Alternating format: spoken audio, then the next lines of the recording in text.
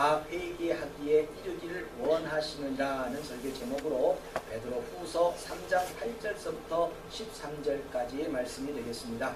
오늘 봉독할 말씀은 앞부분 8절 9절, 뒷부분 12절 13절 이 4계절 모두 교독하겠습니다. 제가 먼저 읽고요. 마지막 13절은 다 같이 읽겠습니다. 사랑하는 자들아, 죽게는 하루가 천년 같고 천년이 하루 같은 이 한 가지를 잊지 말라. 죄의 약속은 어떤 이의 오직 저희를 대하여 오래 참사 아무도 멸망치 않고 다 회개하기에 이르기를 원하시니라. 하나님의 날이 임하기를 바라보고 간절히 사모하라. 그날에 하늘이 불에 타서 풀어지고 체질이 뜨거운 불에 녹아지려니와 다같이 우리는 그의 약속대로 위에 거하는 바 새 하늘과 새 땅을 바라보도다. 아멘. 자, 우리 다같이 반갑게 인사 나누겠습니다. 주위 분들 보시고요. 예수님 이름으로 사랑합니다. 잘 나오셨습니다. 예수님 이름으로 사랑합니다. 자, 일주일의 삶이 평안하셨습니까? 예, 평안하시기 바랍니다. 기필코 평안하셔서 삶에서 간구하시는 모든 소원이 응답받게 되시기를 예수님 이름으로 부탁드립니다. 삶을 살아간다는 것은요, 참 기다리는 것이라고 말해도 좋을 정도로 꿈이 있는 사람들은 기다리는 사람들입니다. 꿈을 이룰 때까지 우리 모두는 기다려야 합니다. 인생을 산다는 것에 각자의 꿈이 없다면 생명이 없다고 말할 수 있습니다. 생명이 있기 때문에 꿈을 꿀 수가 있고 소망을 가질 수 있습니다. 어떻게 보면요, 병이 완쾌되기를 기다리고 집을 사기를 기다리고 신분의 문제가 해결되기를 기다리고 원하는 대학에 입학하기를 기다리고 또 졸업을 해서 일하기를 기다립니다. 그 어떤 것도 생명이 있어야 기다림의 모든 것이 행복이라는 열매로 다가올 수 있다는 겁니다. 이런 모든 것을 이루기 위해서 성도는 하나님을 기다려야 합니다. 시편 40편 1절에서 내가 여호와를 기다리고 기다렸더니 귀를 기울이사 나의 부르짖음을 들으셨도다 라고 시편 기자는 고백을 하고 있습니다. 여러분들 모두 먼저 부르짖기를 부탁드립니다. 여러분들이 먼저 하나님께 간곡하게 말씀드려야 하는 겁니다. 여러분들이 필요를 그냥 여러분들이 유익을 위해서 구하는 것이 아니라 여러분들의 사명 위에 두고 기도할 때 하나님은 열매로 화답하실 수밖에 없는 겁니다. 왜냐하면 하나님은 여러분들의 삶의 현장에서 여러분들을 통해서 일하셔야 하기 때문에 그렇습니다. 여러분들이 어떤 주변에 있는 사람들을 뭔가 염려하고 걱정해주고 사랑해주는 것이 하나님이 하셔야 될 일을 여러분들을 통해서 하시는 겁니다. 하나님은요, 여러분들에게 생명을 주시고 또 꿈을 주시고 여러분들의 사명 위에 필요를 구하게 하시고 응답하시는 하나님을 기다리는 동안에 그렇다면 여러분들은 뭐 하시겠습니까? 하나님이 그 때를 기다리는 동안에 여러분들을 무엇을 하겠는지, 그렇죠? 이런 것들을 생각하는 시간을 갖도록 하겠습니다. 오늘 저희로 읽게 하신 이 하나님의 말씀은 성도가 예수님이 다시 오실 때까지 무엇이든지 간에 여러분들 각자가 기다리는 것이 이루어질 때까지 무엇을 생각하고 또 행하여야 할지를 교훈하는 말씀이 되겠습니다. 우선 우리는요, 우리가 가진 이 시간의 개념과 하나님의 때에 대한 다른 견해를 좀 좁혀야 합니다. 여러분들이 그동안 공부해왔던 과학적 상식이나 지식을 조금 나름대로 좀 활용하도록 하겠습니다. 우리가 알고 있는 시간의 개념은요, 3차원적인 겁니다. 지구가 이 태양을 중심으로 돌고 있는 이 주기를 통해서 한 번 돌게 되면 365일 1년이라고 합니다. 그렇죠? 예. 이것을 통해서 우리가 서로 공감하는 이 시간, 이 기회의 흐름입니다. 예. 조금 어려울까요? 그렇다면 이 지구상에서 똑같이 지금 이 지구에서 살고 있습니다. 이 지구의 상에 살고 있는데 세상 밖을 전혀 경험하지 않은 아주 순수한 어떤 부족이 산다고 하십시다.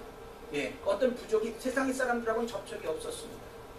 그들에게 여러분들이 갑자기 나타나서 찾아가서 지금이 몇 날, 며칠, 몇 시냐고 묻게 된다면 그들이 여러분들이 공감하는 시간으로 오늘은요 2014년 4월 27일입니다 라고 얘기할 수 있을까요?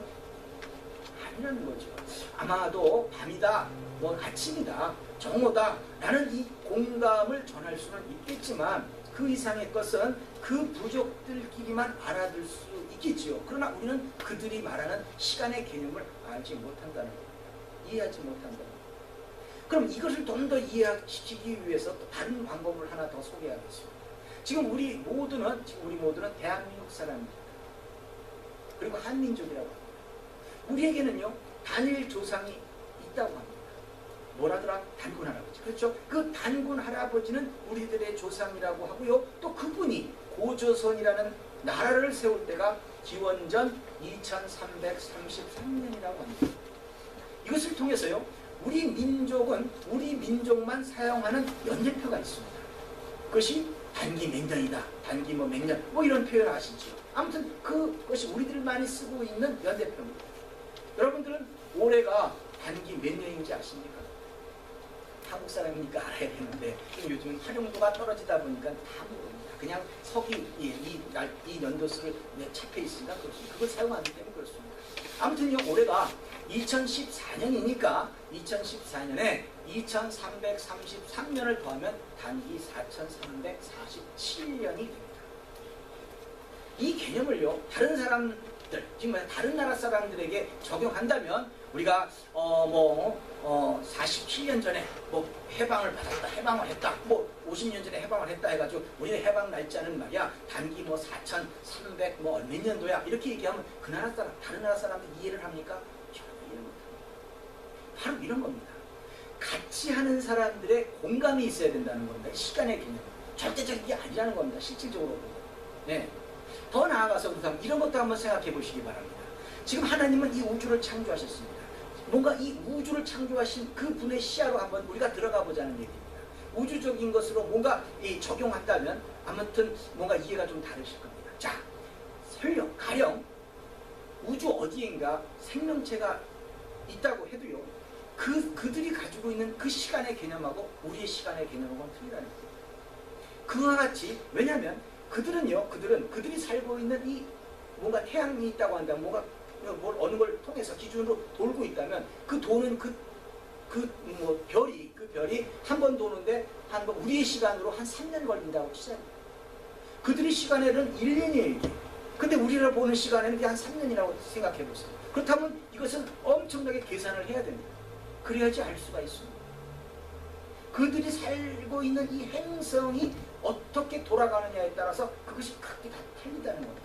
시간이라는 것이 절대적인 것처럼 느껴지지만 우리가 생각할 때 지금 몇 분, 몇 초, 이거 얼마나 정확한 거냐라고 얘기할 수 있지만 사실은 상대적인 개념입니다.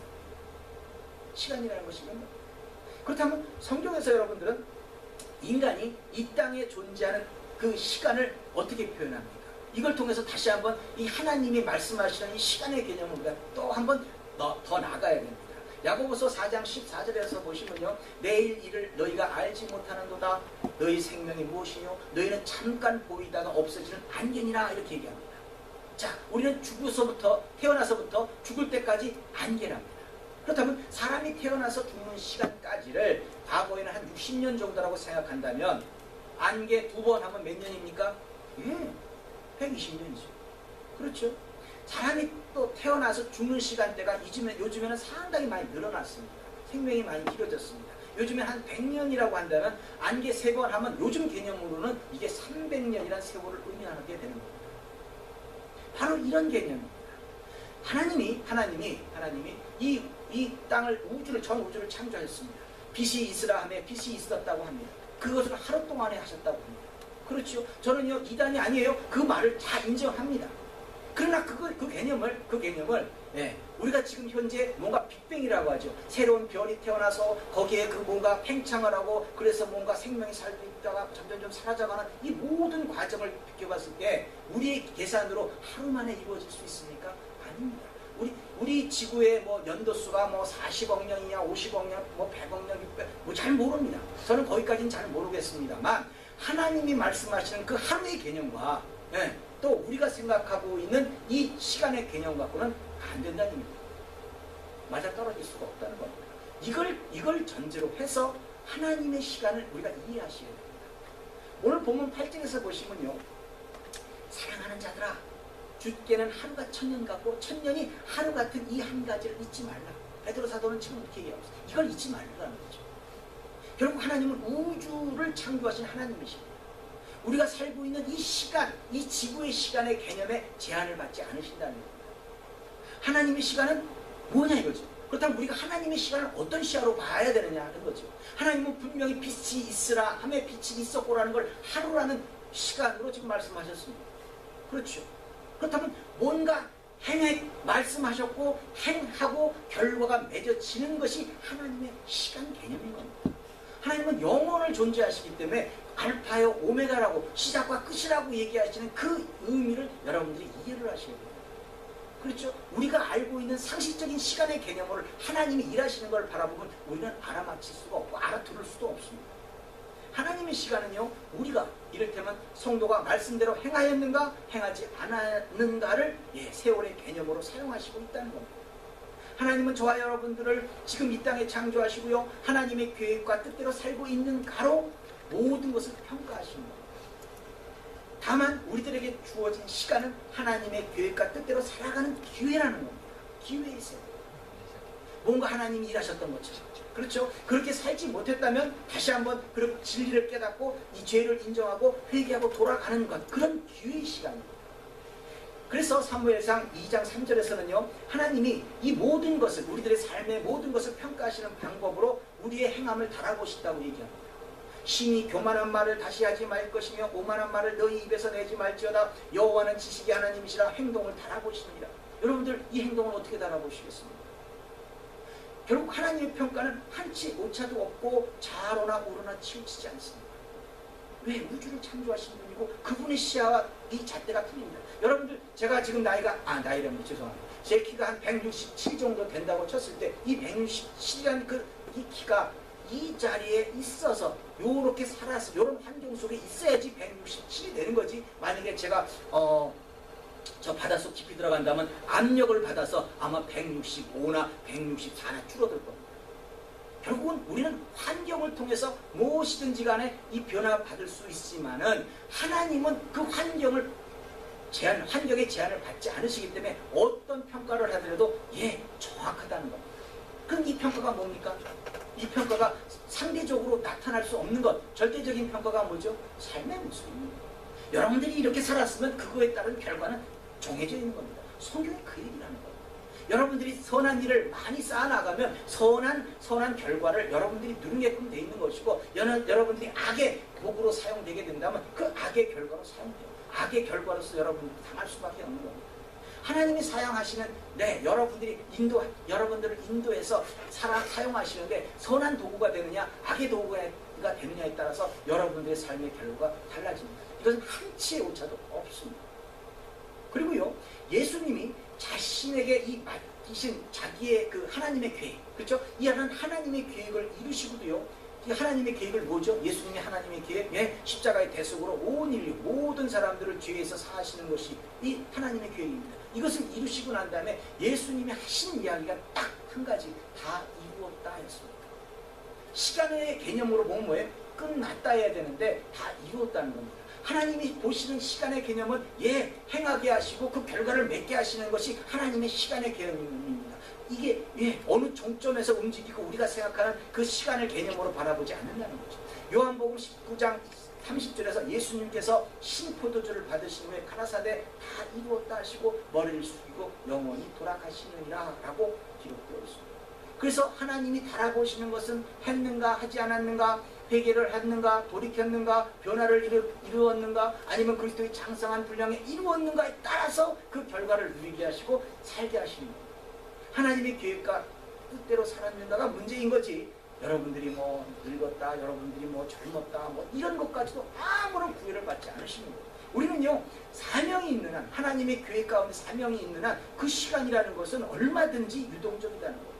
우리가 계산하는 그 계산이 아닙니다.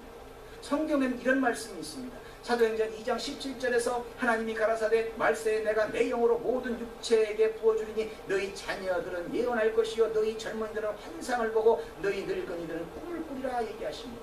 여기서 여러분들 늙은이들이 꿈을 꾼다는 것, 대체 무슨 꿈을 곧 있으면 끝날 텐데 아니죠. 사명이 있는 한, 내가 지금 내 주변에 있는 많은 후손들을 위해서, 아니면 내 자녀들을 위해서, 아니면 교회 모든 식구들을 위해서 기도하는 사명을 가지고 있다고 하고, 그 여러분들이 그 기도의 사명을 감동으로 받고 기도하고 있다면 그것은 영원하고, 여러분들이 무슨 꿈이든 꿈대로 하나님은 결과를 맺어주시는 겁니다. 그런 거 아니겠습니까? 그렇죠? 그렇기 때문에 하나님이 가지고 계신 이 시간 개념은 말씀대로 행하였는가 아닌가이지 다른 것으로는 적용하지 못합니다. 영혼에 존재하고 계시기 때문에 그렇습니다. 그래야 하나님은 다음 단계로 우리 인도하시는 겁니다. 정리해서 말씀드리면, 하나님은 우리로 이 시대에서 사명을 감당하게끔 창조해 놓으시고, 그 다음에 성도가 말씀대로 살아가는 변화를 이루어지면, 그런 변화가 이루어지면 그것으로 하나님의 계획을 이루시고, 또 그 다음 단계, 또 다음 단계로 간섭하시는 겁니다. 자, 모세가 지금 태어났습니다. 하나님이 그 이스라엘 백성들을 인도할, 그야말로 끌고 나올 그 지도자로 모세를 삼으시고 어땠습니까? 궁중에서 이 애굽을 배우게 하십니다. 그러고 난 다음에 어떤 사건에 연루가 돼서 이 광야로 나가게 됩니다. 그 광야에서 또다시 40년을 통해서 뭐예요? 자신을 변화시키는 거예요. 변화됐어요. 난 아무것도 할 수 없다. 사람을 때려 죽인 그야말로 그 급한 성격이나 이 모든 것들이 다 제어해지고 나는 아무것도 할 수 없습니다 했을 때 하나님은 딱 사용하시는 거예요. 그렇죠? 그 다음 단계로 인도하시는 거예요. 그것이 40년, 그것이 20년, 30년, 이런 부분에 대해서는 삶이 내가 하나님의 사명을 깨닫고 바꾸느냐 바꾸지 않느냐에 따라 달라집니다. 자, 요셉이 꿈을 꿉니다. 요셉이 꿈을 꾸죠. 종으로 팔려가고 그 다음에 억살이를 합니다. 그 기간 동안에 지금 하나님의 그 사명 이런 것이었구나 라고 깨닫고 삶을 고칠 때, 삶을 변화시킬 때 그 사람에게는 13년이라는 세월이 걸립니다. 다 틀립니다. 여러분들의 삶의 현장에서 가지고 있는 여러분들의 사명이 과연 내가 그것을 이루기 위해서 내가 어떤 변화를 가져야 되느냐, 이런 부분들까지 다 하나님은 뭐예요? 그걸 생각하시는 것이지, 그것이 뭐 12년이면 될 거야, 그러니까 10년, 뭐 이거는 한 30년이 될 거야, 30년, 이게 아니에요. 여러분들이 변화가 되면 하나님 다음 일하시는 거예요. 시간의 개념을 받지 않고. 그렇기 때문에 오늘과 같이 천년이 하루 같고 하루가 천년 같은 그런 얘기가 성립된다는 겁니다. 그렇죠? 정리해서 말씀드리면, 하나님은 우리로 이 시대의 사명을 감당해 놓으시고 창조하시고 그 일을 감당하시고 난 다음에 다음 단계로 움직이는 거예요. 악의 도구로 사용됐어요. 나는 다시는 내가 분을 내지 말라고 그랬는데 그 과정 속에서 모세가 분을 내버렸어요. 그러니까 너 거기까지 끝. 만약에 분 내지 않고 하나님의 말씀 가운데 더 움직였다고 한다면 하나님은 계속해서 또 하나님 쓰시는 데까지 가는 거죠. 이를테면 이렇습니다. 엘리야가 엄청나게 큰 일을 합니다. 그 갈멜산 전선상에서 막 그 우상들을 섬기는 사람들하고 막 싸우됩니다. 엄청나게 큰 일을 했죠. 그리고 난 다음에 그 고백하는 것이 저만 남았습니다 할 때, 아니면 7,000명이나 남아있거든 하고 하나님은 얘기했어요. 그렇죠? 그럼 네가 감당하기 싫으면 엘리사에게 기름 부어. 그러고 난 다음에 하나님은 더 열심히 살았으니까, 하나님 교회 가운데 열심히 했으니까 죽음을 경험하지 않고 그냥 들려 올려주셨어요. 그렇죠? 그런 복을 내릴 마음정 우리는 항상 우리 사명 가운데 했냐 안 했냐가 문제라는 거예요. 성도는 사명이 있을 때, 하나님의 계획과 뜻 안에서 행할 때 주어지는 시간은 뭐예요? 기회라는 거지, 이것이 몇 년 아니라는 거예요.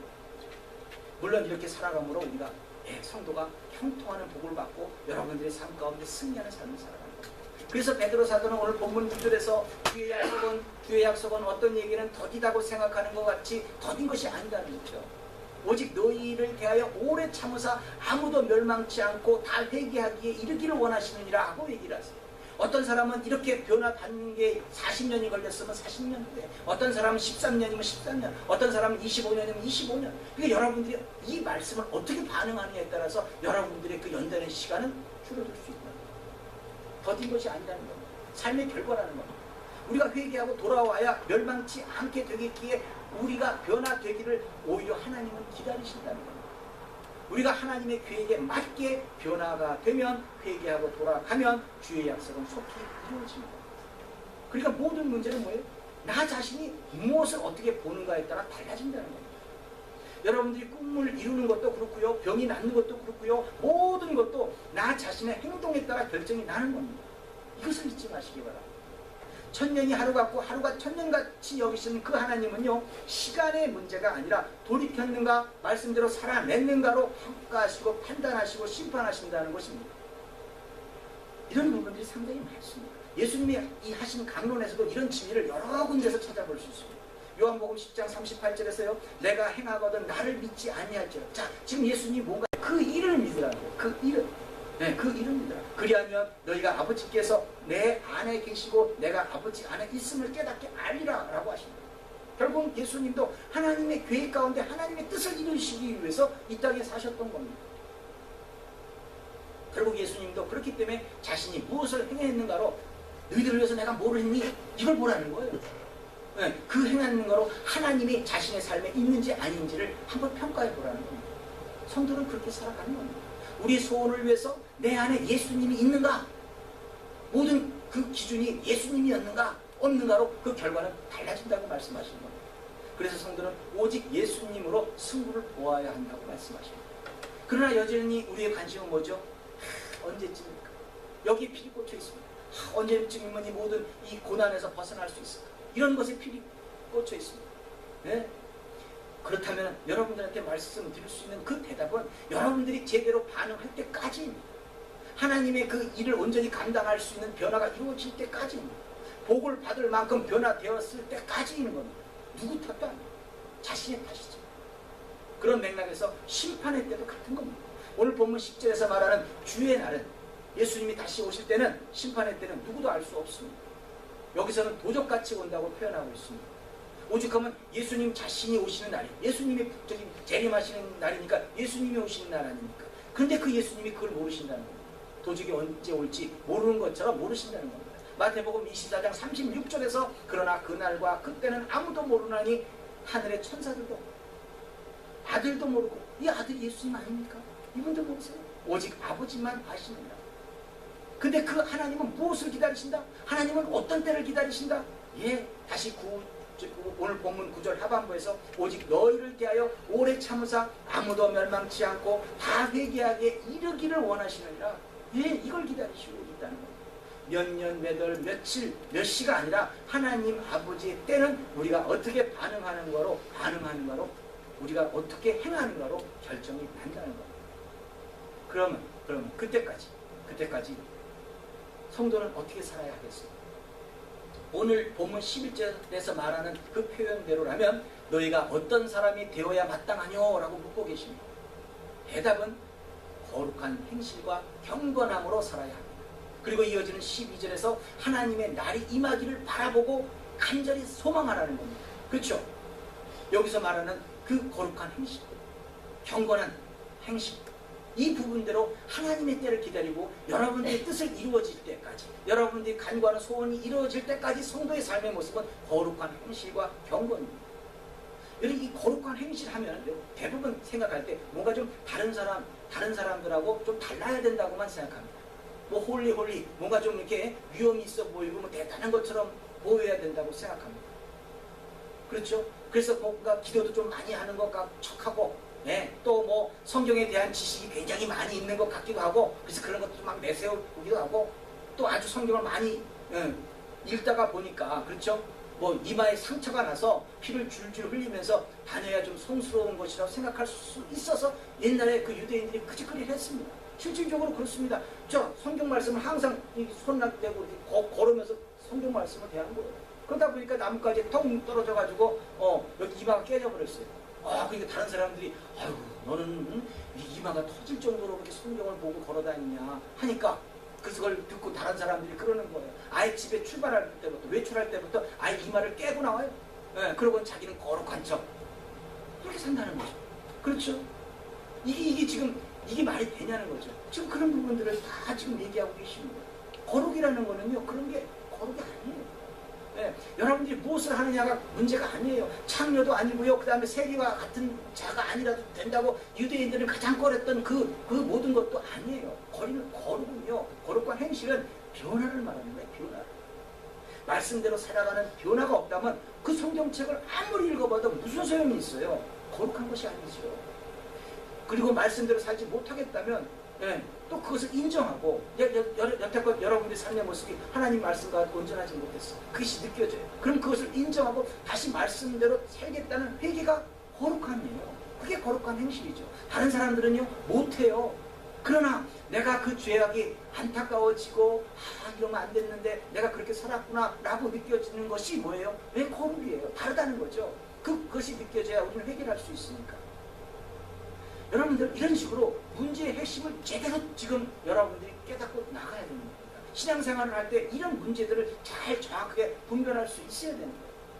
어떤 정신병원에서요, 환자를 집으로 돌려보낼 때 환자가 진짜 정말 이 태어날 만큼 정신상태가 좋아졌는지 테스트하는 방법이 있다고 해요.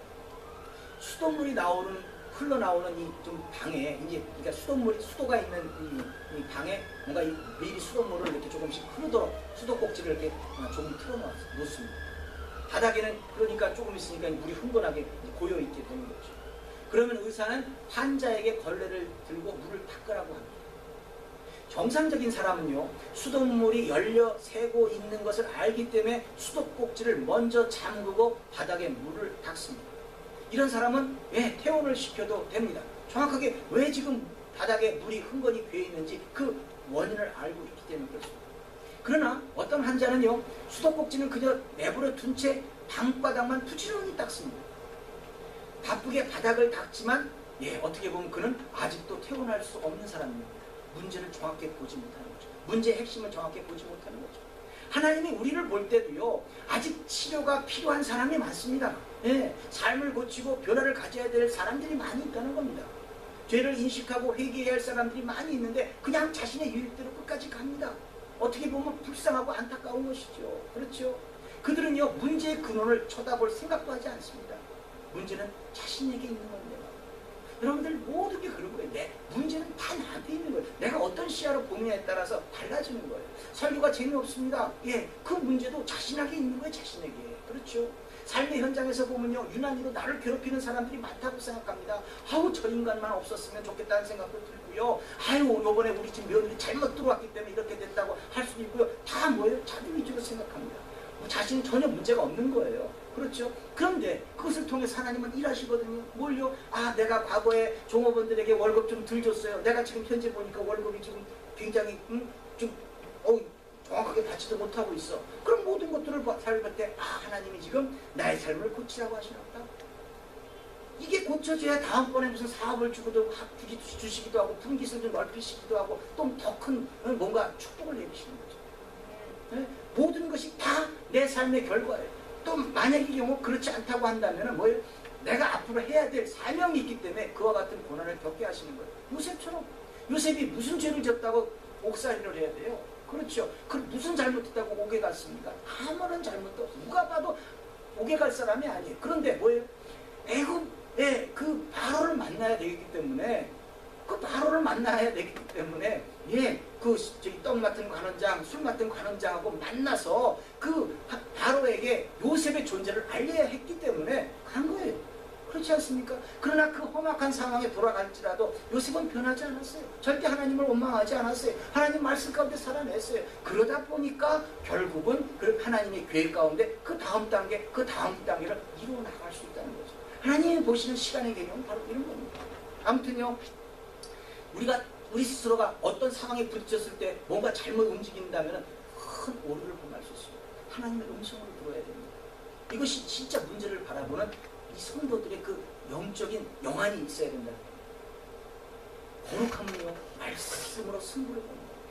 생각이 달라질 때 거룩합니다. 문제의 근원을 딱 깨달아질 때 거룩한 겁니다. 말씀대로 살아가는 변화가 거룩합니다. 그리고 이 경건. 그렇다면 이 경건은 뭡니까? 우리는요, 경건에 대해서 상당히 많은 오해를 가지고 있습니다. 보통 사전적인 의미에서의 경건은요, 공경하고 마음으로 깊이 삼가고 조심함, 이렇게 되어 있습니다. 뭔가 주변의 사람들을 공경하기도 하고 마음으로 깊이 좀 삼가고 절제한다는 거죠. 조심하는 거죠. 이런 것을 지금 경건이라는 의미로 사용하고 있습니다. 상당히 뭐죠? 유교적인 사고가 포함되어 있습니다. 이러한 경건은요, 우리들에게 엄청난 금욕을 요구합니다. 이런 사전적이고 유교적 의미에서 경건을 지키게 된다면 하나님께서 바라시는 그런 바람직한 사람이 될 수 있을까요? 이게 지금 그렇게 되는 거 맞습니까? 우리가요, 수십 년을 이렇게 경건을 지키고 엄숙한 예배를 드린다고 또 금욕과 금식으로 절제된 삶을 산다고 해도 그 안에 하나님이 원하시는 경건이 없으면 그 경건은 헛되다는 거예요. 이것을 성경으로 표현하고 있습니다. 하나님이 원하시는 경건은 뭐다? 성경이 성경을 해석해주고 있는 거죠. 야고보서 1장 27절에서 하나님 아버지 앞에서 정결하고 더러움이 없는 경건은 곧 고아와 과부를 그 환난 중에 돌아보고 또 자기를 지켜 새 속에 물들지 아니하는 이것이니라. 네.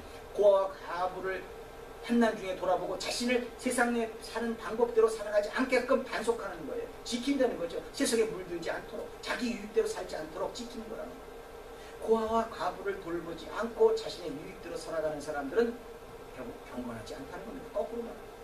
여기서요, 고아와 과부를 돌보는 것을 꼭 문자적으로만 보시지 마시기 바랍니다. 어려운 처지에 있는 이웃을 말합니다. 과거에는요, 가장 어려운 처지에 있는 사람들이 끼니도 채우지 못한 사람들이 다 고아와 과부였어요. 왜? 그들에게는 분깃이 없거든요.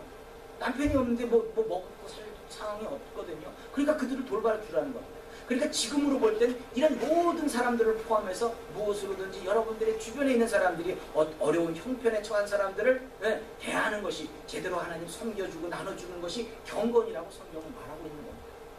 그런데 가만 보면 다른 사람들이 그 사정을 살피지 않는 사람들이, 뭔가 다른 사람들에 대해서는 전혀 무시하는 사람들이 항상 자신은 경건하다고 얘기합니다. 이게 또 문제죠. 야고보서 1장 26절에 보시면 누구든지 스스로 경건하다 생각하여 자기 혀를 재갈 먹이지 아니하고 자기 마음을 속이면 이 사람의 경건은 할 것이라. 꼭 보면요, 뭔가 하나님의 말씀 가운데 살지 않았음에도 불구하고 자기는 내가 뭘 어떻게 했는데 모른다는 거죠. 문제의 핵심을 전혀 이해하지 못한다는 거예요. 마땅한 경건은 하나님 앞과 사람들 앞에서 정직하게 쓰는 겁니다. 그리고 잘 섬기는 겁니다. 이게 경건이에요. 복음을 이루는 것은요, 우리가 조심해서 되는 것이 아니라 우리에게 주신 그 기쁨을 누리면서 자연스럽게 나오는 행동이 되어야 돼요. 내가 지금 이거 말씀대로 지키지 내가 하고 아니라는 거죠. 여러분들이 운전을 할 때 어때요? 운전할 때, 처음 운전할 때는 차선을 변경할 때 좌회전 깜빡을 길을 켜고 그 다음에 30 야드를 포함해가지고 상황을 잘 살피고 들어간다 어쩌고 이건 다 교과서적인 얘기입니다. 어느 정도 운전이 익숙하게 되면 어떻게 되죠? 그냥 머릿속에 그런 것이 없다 하더라도 행동이 먼저 그 순서로 그 절차를 따라서 차선을 바꾸게끔 되어 있습니다. 이런 거예요. 성도의 삶은 이렇게까지 운치라고 하시는 거예요. 나를 지키는 그 거룩한 행실과 더불어서 뭐죠? 하나님과 이웃을 잘 섬기는 봉사. 이런 것들이 우리들에게는 경건이라는 거죠. 그리고 거룩이라는 거죠.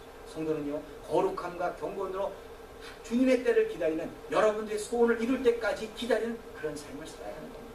이렇게 사는 것이 본문 13절에서 우리는 그의 약속대로 의에 거하는 바, 성도가 하나님의 말씀대로 사는 것이 되기 때문에 뭐죠? 소망을 갖고 응답을 받게 될 기쁨을 생각하고 새 하늘과 새 땅을 바라보도다 라는 이 말씀을 이루어 가야 한다고 얘기합니다. 사실요, 말씀대로 산다는 것이 쉽지 않습니다. 그리고 때를 모르는 기다림은요, 많이 지치게 됩니다. 언제쯤 병이 날까? 언제쯤 빚은 청산할 수 있을까? 언제쯤 집을 살 수 있을까? 언제쯤 신분의 문제는 해결받게 될까? 등등 이렇죠. 이런 모든 것들이 우리는 그냥 막연한 기다림으로 지칠 수 있어요. 지쳐버릴 수밖에 없죠. 그렇지만 생각을 좀 달리 해보시기 바랍니다. 성도에게 소원이 있다면 말씀대로 반응하면 이루어지는 겁니다. 그것이 무엇이든지 간에 여러분들이 삶의 현장에서 제대로 말씀 가운데 반응하게 되면, 그렇게 살아내게 되면 그 결과로 여러분들이 복을 받는 겁니다. 성도는요, 그렇기 때문에 결과를 알고 가는 사람들입니다. 하나님의 그 약속하신 말씀대로 살기 때문에 그렇습니다. 내가 반응을 언제 어떻게 하는가에 따라 달라지는 것뿐입니다. 모세는 40년 후에 반응했던 것이고요.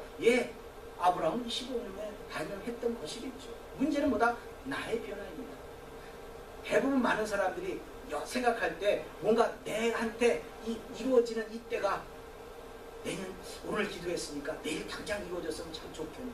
이 개념하고 어떻게, 만약에 내일 당장 그것이 이루어지길 원한다면 여러분들의 삶의 문제, 핵심, 이걸 정확하게 깨뜨리고 그걸 고치면 된다는 얘기입니다. 그렇죠? 성도의 앞날은요, 결과를 알고 움직이는 겁니다. 여러분들이 거기에 반응만 하면 되는 겁니다. 예수님은 세상을 이기셨습니다. 요한복음 16장 33절에서 이것을 너희에게 이르면 너희가 내 안에서 평안을 누리게 하려 함이라. 세상에서는 너희가 환난을 당하나 담대하라. 내가 세상을 이기었노라 하시니라 라고 기록이 되어 있습니다. 성도는요, 예수님이 이미 이겨놓으신 세상을 살기 때문에 모든 것을 믿음으로 받아들일 수 있기 때문에 결과를 알고 살아가는 사람들이에요. 내가 어떻게 반응하느냐에 따라서만 달라지는 겁니다. 저는요, 최근은 아닙니다. 아무튼 툴리안 차비진 지저스 올 예수로 충분합니다 라는 책을 보면서 아주 인상적인 예화를 접하게 되었습니다. 이 차비진의 친구 스티브 브라운에 대한 이야기인데, 브라운에게는 딸이 하나 있었는데 이 영문학 수업이 너무 어려워서 포기하려고 했답니다. 울며 낙심한 딸을 데리고 아버지는 학교로 갑니다. 그래서 영어 학과장에게 사정을 이야기하러 이렇게 데리고 갔습니다. 그때 그가 경험한 이야기를 옮겨보겠습니다. 그러니까 영어 학과장이죠. 그녀는 딸 옆에 서 있는 나를 올려다보았다. 로빈은 금세라도 울음을 터뜨릴 태세였다. 주변에 여러 학생들이 있었다. 그녀는 로빈이 창피할까봐 서둘러 그 학생들을 돌려보냈다. 이분들과 할 얘기가 있으니까 다들 나가 있으렴. 그렇죠. 학생들이 다 나가고 난 다음에 문이 닫히자마자 로빈이 울음을 터뜨렸다. 나는 자초지종 이야기를 했다. 제가 온 것은 다름이 아니라 제 딸이요, 이 영어 수업에 가지길 원했습니다. 우리 딸에게는 너무 어렵습니다.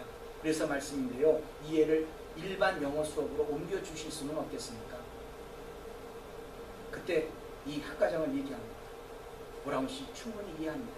그러면서 학과장은 로빈과 잠시 이야기를 나눠도 될까요? 라고 물었습니다. 물론이죠. 이제 그녀는 로빈 쪽으로 고개를 돌렸습니다. 로빈 학생, 어떤 심정일지 알아요. 그런데 내가 시험 점수에 상관없이 무조건 A 학점을 주면 어떨까요? 시작하기 전에 A 학점을 주면 할 수 있겠어요? 이런 제안을 받아들이지 않을 멍청이가 세상에 어디 있겠는가? 로빈은 훌쩍거리면서 대답했다. 할 수 있을 것 같아요. 그녀가 말합니다. A 학점을 줄게요. 학생은 이미 A 학점입니다. 자, 우리 함께 수업을 합시다. 나중에 학과장은 브라운에게 로빈이 영어를 잘 배울 수 있도록 이 낮은 성적의 가능성을 아예 차단한 것이라고 설명을 했습니다. 결과적으로 로빈은 그 수업에서 연속 A 학점을 받았다는 겁니다. 성도에게 기다림의 축복이라는 것이 바로 이런 것이 아닐까 생각합니다. 이미 은혜를 입은 자들의 기다림. 예, 우리는 승리할 걸 알고 있어요. 우리는 영생을 얻을 걸 알고 있어요. 우리는 천국에 갈 사람들입니다. 그렇죠? 승리할 걸 알고 있다는 거죠. 그리스도인이란 예수 그리스도로 말미암아 이미 애학점을 받았다는 겁니다. 그 실패와 위험의 그 요소가 이미 제거된 상태에서 기다리고 있는 겁니다. 여러분들이 할 것만 하면 되는 거예요. 반응하기만 하면 되는 거예요. 우리의 노력으로 이루어지는 것이 아니라 이미 이루신 것을 기뻐하는 것으로 받아들이는 것을 우리는 기다림이라고 얘기하면 맞습니다. 로빈이 애학점을 이미 받았지만 공부하는 것이 그리 쉽지는 않았을 겁니다. 바로 이겁니다. 성도가요, 이미 승리와 성공의 열매는 약속받았지만 거룩함으로 경건함으로 살아간다는 것이 쉽지 않을 거라는 겁니다. 이것을 하나님도 아시고요, 예수님도 안타깝게 이 문제를 우리를 바라보고 계시는 그런 부분입니다. 그래서 두 분 다 뭐하고 있어요? 기다리시는 거예요. 우리를 사랑하셔서 끝까지 기회를 주시려고 기다리고 계시는 거예요. 그래서 하나님의 시간은 기회를 중심으로 하고 있다고, 사명을 중심으로 하고 있다고 서두에서 말씀드렸단 말입니다. 조금만 더 기다리시기 바랍니다. 그리고 조금만 더 견뎌내시기 바랍니다. 우리가 소망을 이룰 것이라는 것을 다 알고 있습니다. 그렇기 때문에 이미 얻은 기쁨을 누리면서 오늘도 살아갈 수 있는 것 아니겠습니까, 성도들? 이렇게 살아가심으로, 즉 온전한 거룩함과 하나님이 기뻐하시는 경건함으로 여러분들에게 주신 이 아름다운 소원을 이루게 되시기를 기다립니다. 그렇게 소원을 이루게 되시기를 예수님 이름으로 축원합니다. 기도하겠습니다. 할렐루야. 하나님 아버지 감사합니다. 믿음의 일꾼들에게 새로운 도전으로 축복하시니 진심으로 감사를 드립니다. 우리는 오해하는 경우가 너무나 많이 있어요. 우리는 기도했습니다. 당장 무엇인가 내 길에도 결과가 맺어질 것을 구합니다. 그러나 그 문제는 나한테 있는 겁니다. 하나님의 말씀 가운데 돌이켜야 됩니다. 하나님께서 주신 이 환경을 통해서 하나님이 무엇을 우리들에게 요구하시는지를 깨달을 수 있어야 됩니다. 하나님의 때를 기다리면서 우리는 그야말로 거룩해야 됩니다. 하나님의 때를 기다리면서 우리는 경건한 삶을 살아내야 하나님이 원하시는 그 뜻을 이룰 수가 있습니다. 그와 같은 지혜를 허락하여 주시옵소서. 깨달음으로 하나님께 더 나아가는 그리스도의 장성한 분량에 이르는 축복이 오늘 이 시간 있도록 하나님 축복하여 주시옵소서. 감사하며 이 모든 말씀 예수님 이름으로 기도드립니다. 아멘.